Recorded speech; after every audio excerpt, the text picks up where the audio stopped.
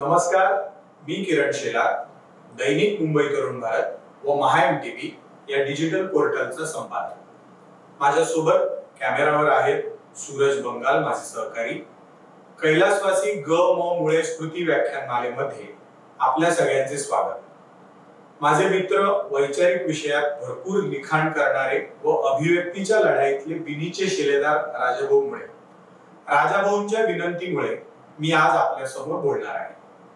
आज बुद्ध पौर्णिमा. संपूर्ण जगाला करुणेचे मूल्य प्रदान करणाऱ्या भगवान गौतम बुद्धांचा आज जन्मदिवस. राष्ट्र म्हणून सहचर्याची संकल्पना जगण्यासाठी करुणेच्या मूल्याचा मोठा उपयोग आहे. करुणेचे हे मूल्य रुजवणाऱ्या या महापुरुषाला अभिवादन करून आपण आजच्या या व्याख्यानमालेला सुरुवात करू.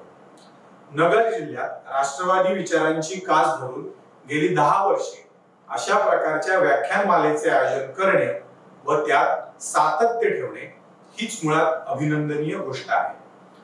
नगर हा महाराष्ट्रातला सर्वात मोठा जिल्हा, अनेक अर्थाने प्रयोगांची भूमी. सहकारी चळवळीची मुहूर्तमेढ याच जिल्ह्यात झाली. सहकाराच्या माध्यमातून या मातीच्या सुपुत्रांनी महाराष्ट्रातील बहुसंख्य लोकसंख्येच्या सामाजिक, आर्थिक आणि राजकीय जीवनमान उंचावण्याच्या प्रक्रियेला सुरुवात केली. मला देण्यात आलेला विषय थोडा गुंतागुंतीचा आहे. राष्ट्रवादी विचारासमोर असणारी राजकीय आव्हाने असा हा विषय आहे. वैचारिक पार्श्वभूमी निर्माण करून विद्यमान राजकीय व्यवस्थेसमोर आव्हान उभे करणारी आंदोलने, त्यांचे वेगवेगळे स्वरूप, नेटवर्क, या नेटवर्कच्या माध्यमातून लक्ष केले जाणारे विविध समाज गट आणि त्यांचा सहभाग यासारख्या घटनाक्रमांकडे कार्यकर्ते आणि समाज यांनी सजग राहून कसे पाहिले पाहिजे, त्यात माध्यमांची व समाजाची भूमिका काय असावी, समाज म्हणून आपण काय केले पाहिजे, असा विषय मला आपल्या समोर मांडण्यासाठी सुचवण्यात आले आहे. या विषयाचा आकृतीबंध पाळत संपादकाचा मूळ स्वभाव न सोडता काही व्यक्ती स्वातंत्र्य घेऊन या विषयात पुढील मांडणी मी करण्याचा प्रयत्न करेन. राष्ट्रवादी विचारांच्या समोरील आव्हानाचा विचार करण्यापूर्वी राष्ट्रवादाची संकल्पना आणि त्यानंतर भारतीय राष्ट्रवादाचा उदय आणि त्याचा विकास समजून घेतला पाहिजे असे मला वाटते. मुळात राष्ट्रवाद ही पाश्चिमात्य संकल्पना, धर्मसत्तेचा अर्थात चर्चचा राजकीय हस्तक्षेप राजकारणात व नागरिकांच्या दैनंदिन जीवनात अनावश्यक प्रमाणात वाढू लागल्यामुळे युरोपात राष्ट्रवादाची चळवळ आकाराला आली व तिला लोकांचा पाठिंबा सुद्धा मिळाला. सावरकर विचारांचे सगळ्यात मोठे लेखक आणि चिंतक म्हणून ओळखल्या जाणाऱ्या ज. द. जोगळेकरांचे निधर्मी राष्ट्रवादाचे शिल्पकार रिशेल्यू ते केमाल या लेखमालेच्या पुस्तकात आपल्याला राष्ट्रवादाच्या संकल्पनेचा विकास तपशीलवार समजून घेता येतो. बुक गंगा या संकेतस्थळावर फक्त 15 रुपयाला हे पुस्तक ई स्वरूपात उपलब्ध आहे.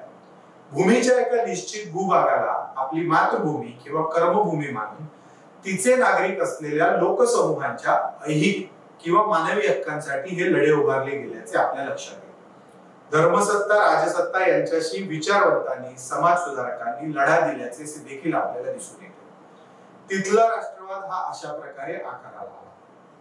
मानवी जीवनाचे महत्व, त्याचं अस्तित्व, आपलं राष्ट्रीय हित या सगळ्याला केंद्रस्थानी मानून हा राष्ट्रवाद विकसित होत गेला. भारतीय परिप्रेक्षामध्ये राष्ट्रवादाच्या संकल्पनेचा विचार केला तर आपल्याला काही गोष्टी लक्षात घ्याव्या लागतात. त्यात प्रामुख्याने 2 प्रवाह समाजात रुजलेले आहेत.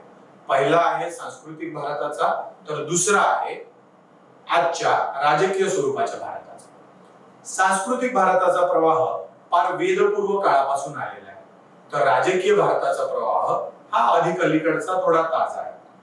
हा भारतात ब्रिटिश अंमल सुरू झाल्यापासून आहे असं म्हणायला हरकत नाही. सर्वदूर समान प्रशासन, समान शिक्षण, लोकशाही, व्यक्ती स्वातंत्र्य, वैज्ञानिक दृष्टी असे त्याचे आयाम आहेत. या व्यवस्थेतून जी मूल्य आकाराला आली ती ब्रिटिश धाटणीशी होती. स्वातंत्र्याचे मूल्य मानणारी होती. यात विरोधाभास होता, कारण ब्रिटन आपल्यावर राज्य करत होता, मात्र त्यांचं सामाजिक मूल्य स्वातंत्र्याचं होतं. या विदेशी शिक्षणाने लोकमान्य टिळक, गोपाळकृष्ण गोखले, न्यायमूर्ती रानडे असे महापुरुष निर्माण केले आणि ते भारतीय स्वातंत्र्याच्या लढ्याचे अग्रगणी बनले. ते इंग्रजाळले नाहीत, कारण भारताच्या सांस्कृतिक संचिताचे भान त्यांना होते. महात्मा गांधी ज्यावेळेस दक्षिण आफ्रिकेतून भारतात आले त्यावेळेस गोपाळकृष्ण गोखलेंनी त्यांना हा देश फिरून तपशीलवार समजून घेण्याचा सल्ला दिला आणि गांधीजींनी तो पाळला सुद्धा. सांस्कृतिक राष्ट्राच्या प्रवाहाने आपल्याला देश म्हणून काही मूल्ये प्रदान केली आहे. हिंदू जीवन पद्धती किंवा हिंदू धर्म त्याच्या मुळाशी आहे. त्याच्याच सांस्कृतिक मूल्यांच्या आधारावर हा देश आज एकसंघ टिकून आहे. गेल्या 200 वर्षाच्या काळात जगाच्या नकाशावर अनेक राष्ट्रांनी आपला आकार मोठ्या विस्मयकारक पद्धतीने बदलला. सोव्हिएत रशियाच्या विघटनापासून ते परवा हाँगकाँग स्वतंत्र होण्यापर्यंत कितीतरी घटनाक्रम आपल्याला अभ्यासता येतात. भारताच्या तुलनेत बहुविधतेच्या बाबतीत काहीसे कम अस्सल असलेले पण एकाधिकाराखाली नांदणारी ही राष्ट्र तुटून पडली. मात्र स्वातंत्र्यानंतर भारत एकसंघच राहिला.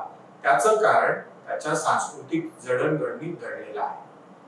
राष्ट्रवादाची कल्पना ही वैचारिक मंथनातून पुढे येते आणि आपल्या देशातील अनुभव सिद्ध घटनातून त्याला आकार यायला लागतो. मानवी मूल्ये हा विचारवंतांच्या विचारांचा मूळ गाभा. त्याच्या आधारावरच मूल्यांचा प्रवास सुरू होतो. मार्क्सच्या विचाराच्या उदयानंतर जगभरात चाललेल्या कामगारांच्या शोषणाचा प्रश्न ऐरणीवर आला. कृषी समाज व्यवस्थेतून जसजसे आपण औद्योगिक समाज व्यवस्थेकडे सरकलो तसतसे कामगारांचे शोषण होऊ लागले. मार्क्सने या वेदनेला आकृतीबद्ध चेहरा दिला आणि समाजाला आरसा दाखवला. या तत्वज्ञानाने विचार करणाऱ्या प्रत्येकाला भुरळ घातली.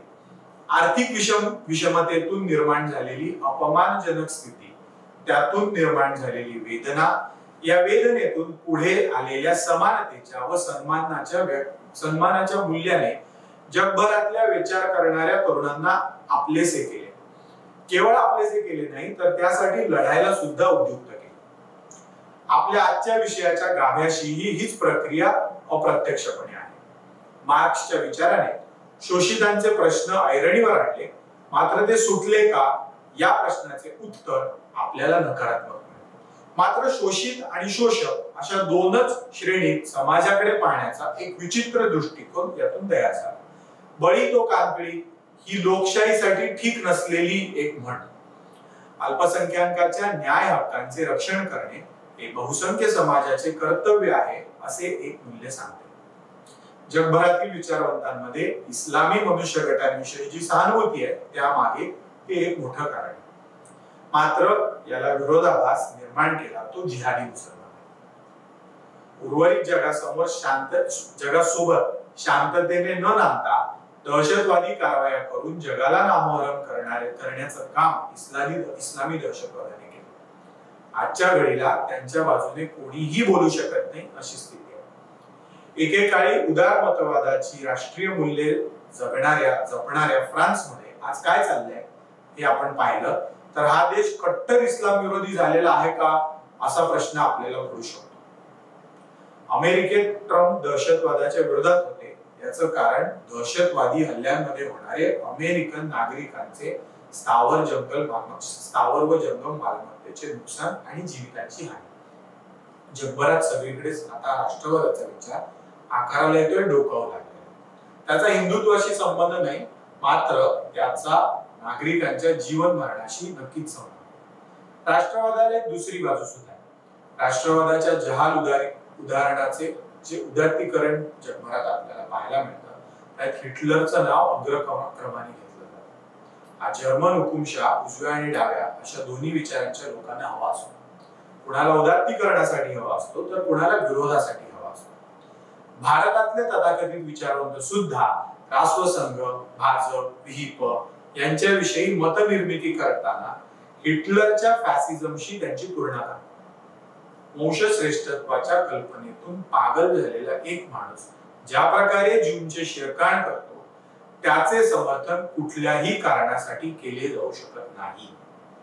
राष्ट्रवादाच्या संकल्पनेच्या मुळाशी अशी नकारात्मक उदाहरणे सुद्धा घडलेली आहेत जी युरोपियन आहेत आणि त्याचं भान आपल्याला ठेवावं लागतं. त्यातून निर्माण झालेल्या हिंसा व त्याची भीती आजही तिथल्या लोकांना खुणावत असते, ज्या शोषित, मानवता, बंधुता, समानता, अल्पसंख्याकांचे हितरक्षण या ढोबळ मूल्यांच्या आधारावर तिथला विचार आकाराला आला. आपल्या लक्षात येईल की त्याची गफलत सुद्धा होताना असते. ही गफलत कधी अज्ञानातून होते तर ती कधी जाणीवपूर्वक केली जाते. राष्ट्राचा प्रवाह असा सुरू जातो. तिची राष्ट्रीय मूल्य ही प्रवाही आणि जिवंत असतात. तिथल्या राष्ट्रीय गटांच्या हितांच्या मुद्द्यानुसार ती बदलतही जातात. काही मूल्य भक्कम असतात तर काही प्रवाही असतात. त्याचे कारण राष्ट्र मुळात ही एक जिवंत प्रक्रिया आहे, प्रवाही प्रक्रिया आहे. त्यातून निर्माण होणाऱ्या राजकीय नॅरेशनचा आपण पुढे जाऊन भारतीय परिप्रेक्षात विचार करू. रोहित वेमुला नावाच्या एका विद्यार्थ्याने आत्महत्या केली. रोहित वेमुलाच्या आत्महत्येला जातीय रंग दिला गेला, राजकीय रंग दिला गेला व हे सरकार अनुसूचित जाती जमातीच्या विरोधात आहे असे नॅरेशन सेट करण्याचा प्रयत्न केला. विद्यमान सरकारने या देशात घुसलेले बेकायदेशीर घुसखोर बाहेर काढण्यासाठी CA-NRCचा कायदा आणला. मात्र कायद्याच्या अंमलबजावणीच्या आधीच विरोधात वातावरण निर्माण केले गेले की हे हिंदुत्ववादी सरकार सगळ्या अल्पसंख्याक समाजाला या देशातून बाहेर काढू इच्छिते. मुसलमानांचे मोठे गट रस्त्यावर आले. शाहीन बाग सारखे आंदोलन आकाराला आले. पोलीस, न्यायालय कशाला ही मंडळी मानायला तयार नव्हती. जम्मू काश्मीर मध्ये 317 कलम हटवल्यानंतर आता जम्मू काश्मीरच्या नागरिकांच्या मूलभूत हक्कांचे, मानवी हक्कांचे हनन केले जाईल अशी ओरड जागतिक स्तरावर केली. शेतकरी आंदोलनाच्या माध्यमातून शेतकऱ्यांना केंद्रस्थानी ठेवून देशभरात शेतकऱ्यांच्या मनात सरकार विरोधी असंतोष निर्माण करण्याचं काम देखील होते. वस्तुतः शेतकऱ्यांना बाजार भावाप्रमाणे दर मिळावा, कृषी विषयक व्यापार अधिक पारदर्शक व्हावा, आडत्यांकडे जाणारी रक्कम थेट शेतकऱ्यांना मिळावी हा इतका सोपा सुटसुटीत उद्देश या कायद्यामागे होता. मात्र शेतकऱ्यांमध्ये एक वेगळंच वातावरण निर्माण केलं गेलं आणि ते आपण देशभर पाहिलं. याविषयी मी खूप बोलणार नाही कारण पब्लिक डोमेन मध्ये इंटरनेटवर त्या दोन्ही बाजूनी पुरेसा मजकूर उपलब्ध आहे. वस्तुतः शेती आणि पर्यावरण या परस्पर विरोधी प्रक्रिया. शेतकरी आंदोलनातले दिल्ली हरियाणाच्या आसपासचे शेत ज्या प्रकारे ऊसाचे बगास किंवा बायोवेस्ट शेतात जाळतात त्यातून संपूर्ण दिल्लीवर प्रदूषणाचे ढग दाटतात. मात्र पर्यावरणवादी आणि आंदोलन करणारे शेतकरी यांचे नेते यांची एक मजेशीर युती आपल्याला इथे पाहायला मिळाली. या सगळ्याच घटनाक्रमात देशभरात वातावरण निर्माण करण्याची, त्याचे पडसाद भारताबाहेरही पडतील याची काही समान धर्तीवर योजना केली जात होती असं आपल्या लक्षात येईल. संगीत, कला, अभिव्यक्तीचे विविध प्रकार यांचा पुरेपूर वापर करून या मंडळींनी नॅरेशन सेट केलं. हा चकवा असा असतो, हीच मंडळी त्यांच्या जाळ्यात अडकून जोपर्यंत उघडी पडत नाही तोपर्यंत त्याचं काहीही करता येत. उदाहरणार्थ ट्रॅक्टर बॅरिकेडला धडकून मृत्युमुखी पडलेला शेतकरी गोळी लागल्याने मारला गेल्याची बातमी पसरवण्याचे षडयंत्र जोपर्यंत संबंधित व्हिडिओ आपल्या समोर आला नाही तोपर्यंत ते आपल्याला कळलं नव्हतं. खलिस्तानी संघटनांचा शेतकरी आंदोलनाला पाठिंबा उघड झाल्यानंतर त्याच्याकडे पाहण्याचा आपला दृष्टिकोन बदलला. घटनाकारांनी आपल्या घटनेची निर्मिती करताना ते सेक्युलर राहील असा विचार केला होता. सेक्युलरिझमची ही संकल्पना राष्ट्रवादाशी निगडीत आहे. मुळात सेक्युलर स्टेट ही संकल्पना घटनेच्या गाभ्याशी का आली ते समजून घेणं आवश्यक आहे. चर्चच्या अनावश्यक हालचाली, त्यातून निर्माण होणारे नियंत्रण त्याला युरोप कंटाळला होता. धर्मगुरूंनी नंतर राजकीय विषयातही ढवळाढवळ करायला सुरुवात केली. याचा परिणाम म्हणजे अनेक ठिकाणी तिथली राजेशाही जिथे जिथे दुर्बळ होती तिथे ती चर्चच्या दबावाला बळी पडू लागली. अनेक ठिकाणी राजसत्ता, धर्मसत्ता यांच्यात युती निर्माण झाली होती. या विरोधात ज्या क्रांत्या झाल्या त्यांचा धर्माला विरोध नव्हता, पण मानवतेच्या दृष्टीतून समाज चालावा म्हणून निर्माण होणाऱ्या त्यासाठी हा सगळा संघर्ष होता. मुळात धर्माची गरज तिथेही मान्य होती कारण जी मूल्य समाज संचालनासाठी लागतात ती धर्मातून निर्माण होतात. मात्र धर्म आणि राजकारण वेगवेगळं ठेवलं पाहिजे असा हा रोख होता.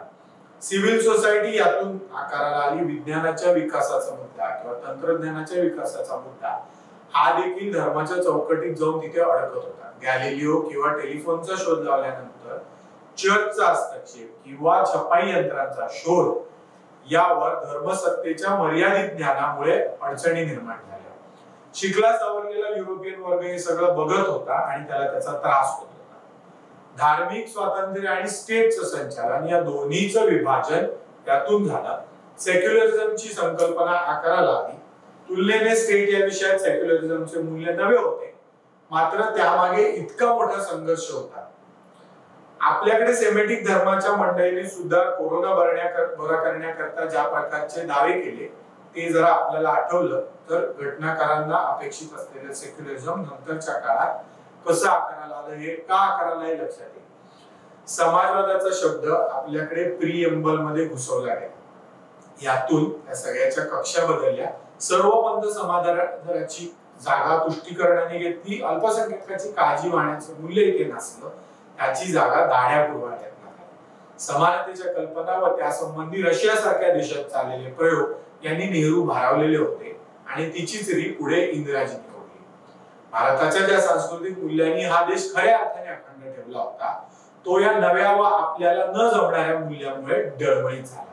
इंदिरा ते राजीव या प्रवासात तर कित्येक आघाड्यांवर ही बिघाडी झाली. समाजवादाचे हे खूळ आधी म्हटल्याप्रमाणे आपल्या राष्ट्रीय जीवनाच्या नसानसात भिनले व त्यातून जे परिणाम झाले ते आपण आजही भोगतो.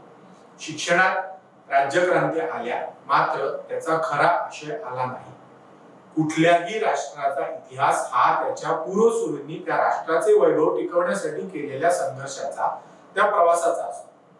मात्र इतिहास घुसखोर व इस्लामी आक्रमकांशी दिलेल्या लढ्यांचा कडवट इतिहास असल्याने तो नजरेआड करणे सोयीचे वाटले. आपल्या शिक्षण पद्धतीतच ही तडजोड आपल्यापर्यंत खालपर्यंत झिरपत आली आणि त्यातून एक मोठी व्यवस्था निर्माण झाली व जिला या देशाच्या मातीशी, तिच्या मूल्यांशी काहीही देणे घेणे नव्हते. तंटा नको म्हणून आपली भूमी सोडून दूर निघून जाणाऱ्या पराभूतांसारखी आपली स्थिती झाली. एका जिल्ह्याच्या एसपीशी काही धर्मांधांनी केलेल्या अत्याचाराविषयी वाद प्रसंग आला. हे अधिकारी सज्जन, प्रामाणिक आणि कर्तव्यदक्ष, पण दोन धर्मात तेढ नको म्हणून या प्रकरणावर ते कायद्याच्या दृष्टीनेही वागायला तयार होते. महाराष्ट्रात अनुसूचित जाती जमातीच्या व्यक्ती समूहांवर होणारे हल्ले गेल्या 1.5 वर्षात गंभीर पद्धतीने वाढले. महाराष्ट्रातील विद्यमान राजकीय सत्तेतील काही घटक या धर्मांध प्रवृत्तींना फॉर आहेत. त्यामुळे या धर्मांधाच्या बळावलेल्या मस्तवालपणाला कुणीही लगाम घालायला तयार नाही. एसपी महोदय वारंवार पत्रकार म्हणून मला सामाजिक जबाबदारीची जाणीव करून देत होते. मात्र अनुसूचित जाती जमातीच्या व्यक्ती व समाज गटांना घटनेने दिलेल्या घटनात्मक संरक्षणाचा त्यांना विसर पडला होता. ते कर्तव्यात कसूर करत होते असं मुळीच नाही, पण अनैसर्गिक समाजवाद, त्यातून आकाराला आलेल्या एका विचित्र समूह मनाचा हा परिणाम आहे. यातून राष्ट्रीय विचारांचा आणि दृष्टिकोनाचा अभाव निर्माण झालाय असं आपल्याला लक्षात येईल.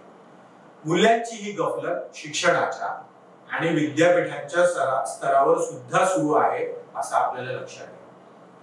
जेएनयू सारख्या विद्यापीठात जिथे करदात्यांच्या पैशावर ही विद्यापीठे चालवली जातात, तिथे काय चाललेलं आहे? अभिव्यक्तीच्या स्वातंत्र्याचा किंवा जाधवपूर अथवा मुस्लिम विद्यापीठातून धार्मिक स्वातंत्र्याचा किती गैरवापर केला जातो? धार्मिक आधारावर शिक्षण संस्था काढून देण्याचा घटनात्मक अधिकार अल्पसंख्याकांमध्ये शिक्षणाचा प्रचार व तो अधिक चांगल्या प्रकारे रुजावा म्हणून दिलेला आहे. मध्ययुगीन मानसिकतेतून त्यातून बाहेर पडावे असा त्या मागचा उद्देश आहे. मात्र राजकीय व्यवस्थेला विरोध करावा आणि त्या नावाखाली भारत विरोधी पवित्रे निर्माण करावे अशी स्थिती आज आता तिथे दिसते.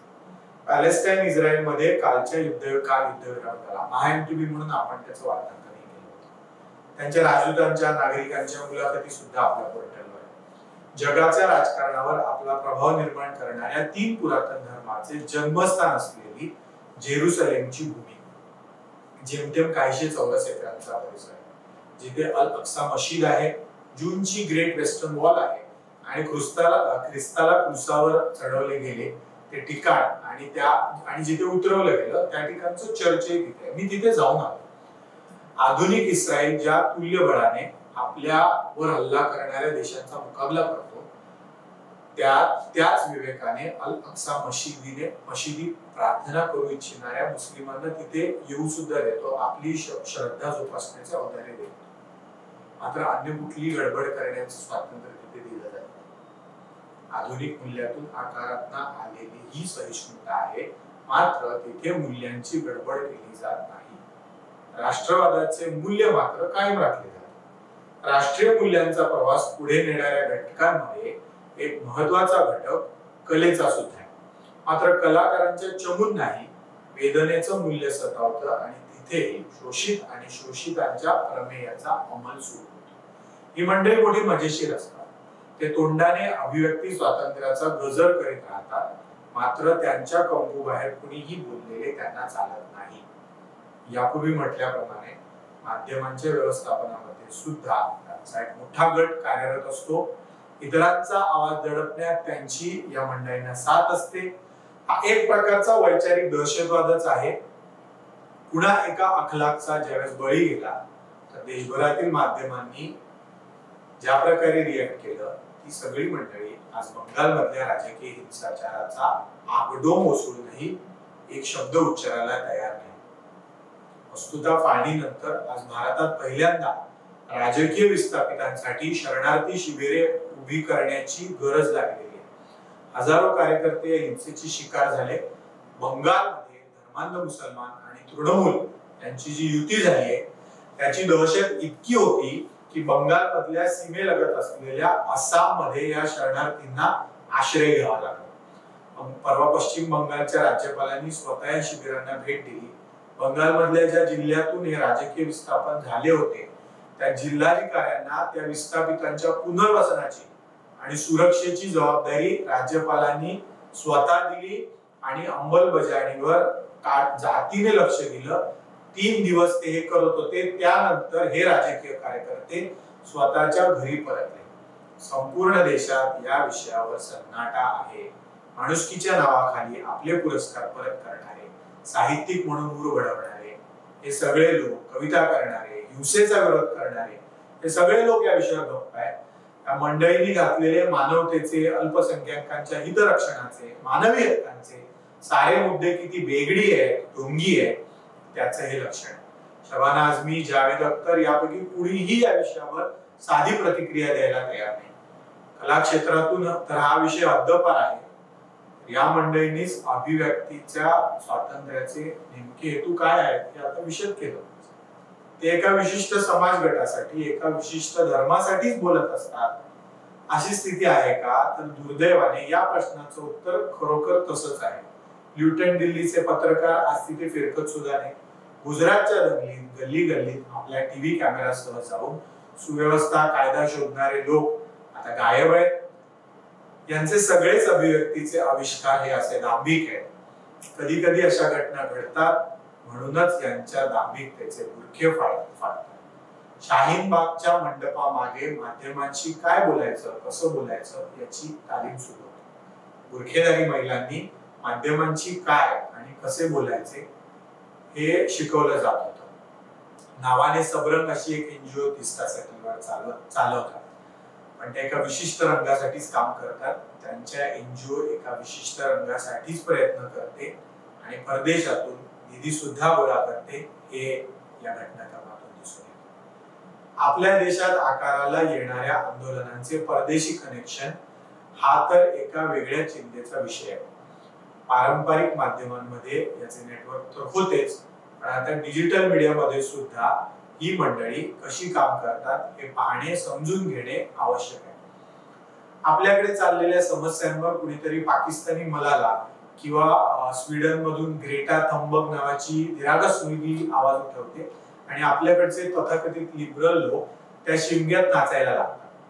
टूलकिट प्रकरण जोपर्यंत उघडकीला येत नाही तोपर्यंत यातले आंतरराष्ट्रीय लागेबांधे उघडकीला आलेले नव्हते. शेतकरी आंदोलनाच्या वेळी हिंसा झाली, खलिस्तानी विध्वंसक विचाराचे लोक मोठमोठे भाले कुऱ्हाडी घेऊन दिल्ली पोलिसांच्या अंगावर धावून जाताना दिसले. आता ग्रेटा थंबर्गला या विषयातले टूलकिट बनवून देण्यात आले होते. तिने आपल्या ट्विटरच्या जागी चुकून टूलकिटच लोकांसमोर मांडले आणि हा सगळा डाव उघडकीला आला. या सगळ्या नेटवर्क मागचा एक सुनिश्चित प्लॅन उघडकीला आला. या आराखड्याच्या आधारावर हे सगळं काम चालू असतं. ते परस्परांना न भेटता तंत्रज्ञानाच्या माध्यमातून ही सगळी अराजकतावादी मंडळी कशी काम करतात, कशी प्रेरणा घेतात. काही घडलं की भारताची प्रतिमा जगभर मलिन करण्याचं काम इमानी इक्बाले कसं करतात आणि त्यासाठी मुद्रित, इलेक्ट्रॉनिक आणि डिजिटल माध्यमांचा कसा उपयोग करतात हे आपल्याला दिसून येतं. मी मगाशी म्हटलं तसं पर्यावरण विरोधी चळवळ ही नेहमी विकास विरोधी उपक्रमांचे हक्कांचे व्यासपीठ बनलेली आहे. वनवासी तरुणांना विकास न झाल्याचे सांगून नक्षल चळवळीत ओढण्याचे प्रमाण आता कमी झालं असलं तरी ती भरती अद्यापही सुरू आहे. एकंदरीतच राष्ट्र म्हणून असे प्रवाह आहेत, असतील, यापुढेही राहतील. कारण कुठलीही व्यवस्था ही पूर्णपणे निर्दोष कधीही नसते. लोकशाहीचेही तसेच आहे. या विषयात आपण काय केलं पाहिजे यावर थोडा आपण विचार करू. समाजाने काय केलं आहे, काय केलं पाहिजे असे विचार करू. सगळ्यात आधी या विचारात अभिव्यक्तीचे महत्व आपण समजून घेतले पाहिजे. नॅरेशन सेट करण्याच्या व्यापारात अभिव्यक्तीचे महत्व अनन्यसाधारण आहे असं आपल्या लक्षात येईल. औद्योगिक क्रांतीकडून इलेक्ट्रॉनिक क्रांतीकडून इन्फॉर्मेशन टेक्नॉलॉजीच्या काळात आपण येऊन पोहोचलो आहोत. आपल्या लक्षात येईल या अभिव्यक्तीचे महत्व अनन्यसाधारण का आहे. मागची आपण उदाहरणं थोडी आठवली. ही माध्यमातली लढाई आहे आणि अधिकाधिक क्षेत्र किंवा स्पेस आपल्याला अडवणे, ती निर्माण करणे यात आवश्यक आहे. नॅरेशन सेट करताना 3 गोष्टी लागतात. आपण मांडत असलेली तथ्य म्हणजे फॅक्ट, आपण तयार करत असलेले तर्क म्हणजे लॉजिक आणि आपण प्रभावीपणे करत असलेले सादरीकरण म्हणजे प्रेझेंटेशन. या तिन्ही गोष्टींवर हुकूमत मिळवण्यासाठी आपल्याला प्रयत्न करावे लागतात. आपण सादर करीत असलेला मजकूर, त्या मजकुरात नाविन्य असलं पाहिजे. मजकूर प्रतिक्रिया देणारा आहे की प्रतिक्रियांना आमंत्रण देणार आहे याचा विचार केला पाहिजे. इंग्रजीत ज्याला प्रोएक्टिव्ह व रिएक्टिव्ह कंटेंट म्हणतात त्याचा आपण साधारणतः निकष म्हणून विचार केला पाहिजे. आपल्याकडून केल्या जाणाऱ्या मजकुराची निर्मिती, घटनाक्रमांना आपण देत असलेला प्रतिसाद उत्स्फूर्त असला पाहिजे, नैसर्गिक असला पाहिजे. एखाद्याच्या अजेंडावर सकारात्मक किंवा नकारात्मक प्रतिसाद देणे म्हणजेच त्याच्या अजेंड्यात सहभागी होणे होय. यातून आपण त्याच्या विचारांचे प्रसार किंवा विस्तार करतो. कारण आपण एखाद्या गोष्टीवर प्रतिक्रिया दिली की त्या प्रतिक्रियांवरही प्रतिक्रिया उमटत असतात. फेसबुकवर आपण ते पाहत असतो. त्यातून मजकुराच्या इकोसिस्टीम तयार होतात आणि त्या परस्परांना जोडलेल्या असतात. लोकशाही प्रधान देशात असे नॅरेशन राजकारण, नोकरशाही व न्यायालयाला प्रभावित करते. भरपूर वाचन, घटनांचा उचित अन्वयार्थ लावणे, चर्चागट तयार करून त्याचे माध्यम अभिव्यक्ती निर्माण करणे असे त्याचे स्वरूप असले पाहिजे. आपल्या अभिव्यक्ती भेसूर असणार नाहीत, विद्रूप असणार नाहीत, कुरूप असणार नाहीत याची काळजी घेतली पाहिजे. सांस्कृतिक भारत विरुद्ध राजकीय भारतातला एक गट असा एक विचित्र हा तिढा आहे. आधुनिक मूल्य, समानता व अल्पसंख्याकांच्या हितसंबंधांचे रक्षण करणे ही कर्तव्य मानतात. पण प्रत्यक्षात मात्र तुष्टीकरण, जिहादी मनोवृत्ती व कृतीचे समर्थन असे घडताना दिसते. हिंदूंच्या न्याय व हक्कासाठी ही मंडळी तितक्याच पोटतिडकीने बोलताना आपल्याला दिसत नाहीत. त्यामुळे शेवटी एवढंच म्हणावं असं वाटतं की ही लढाई जिंकायची असेल तर आधी तिचे स्वरूप तपशिलात समजून घेतले पाहिजे. अभिव्यक्तीच्या प्राथमिक स्वरूपावरून त्याबाबतचे निष्कर्ष काढू नये. त्यात आपणच निरनिराळ्या वैचारिक गोंधळात अडकून अभिव्यक्तीच्या खेळात हरण्याची भीती आहे. सगळ्यात महत्वाचे म्हणजे या खेळात व्यासपीठ निर्मिती ही महत्वाची आहे. तरुणांना सहजगत्या येऊन अभिव्यक्त वाटावे अशी व्यासपीठ आपल्याकडे आहेत का याचा विचार आपल्याला करावा लागेल. साहित्य व कलेच्या माध्यमातून अभिव्यक्त किंवा नॅरेशन निर्माण होते. वेदना ही देखील कलेला आकर्षित करणारी भावना. शोषित व शोषक या कर्कटाला इथे जागा मिळते. या पलीकडील विषयातही नव्या पिढीला रस असतो. संविधान, कायदेशीर लढाया, पर्यावरण, वन्यजीव, सामाजिक प्रकल्प, साहसी प्रकल्प या सारख्या नव्या विषयांनाही नव्या पिढीला खूप रस आहे. आपल्याला आपल्या व्यासपीठांवर नव्या दमाची मंडळी जर येणार असतील, हवी असतील, तर या विषयातली नवता आपल्याला अंगीकारावी लागेल. मुंबई तरुण भारत MyMTV म्हणून आपण अशा प्रकारचे अनेक प्रयोग करत असतो. काही प्रयोग चालतात, काही प्रयोग फसतात. गेली 4 वर्ष कालजयी सावरकर नावाचा एक उपक्रम आपण राबवत होतो. येणाऱ्या 28 तारखेला स्वातंत्र्यवीर सावरकरांची जयंती. या जयंतीला आपण तो कार्यक्रम फेसबुक लाईव्ह पाहू शकतो. सावरकरांच्या विचारांना नव्याने स्वरूप देऊन एक विशेषांक आपण दरवर्षी प्रकाशित करतो.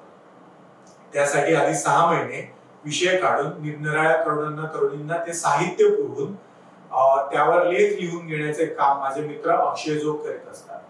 संगीत, कला, धोरण विषयक अभ्यास अशा कितीतरी गोष्टीत नव्या पिढीला रस आहे आणि आपण ते अनेक उपक्रम राबवत असतो.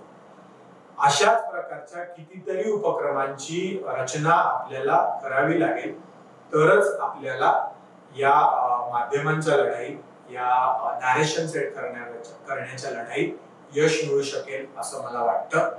आपण सगळी मंडळी इथे आलात, आयोजकांनी मला इतका वेळ बोलण्याची संधी दिली, त्याबद्दल मी आपल्या सगळ्यांचे आभार मानतो.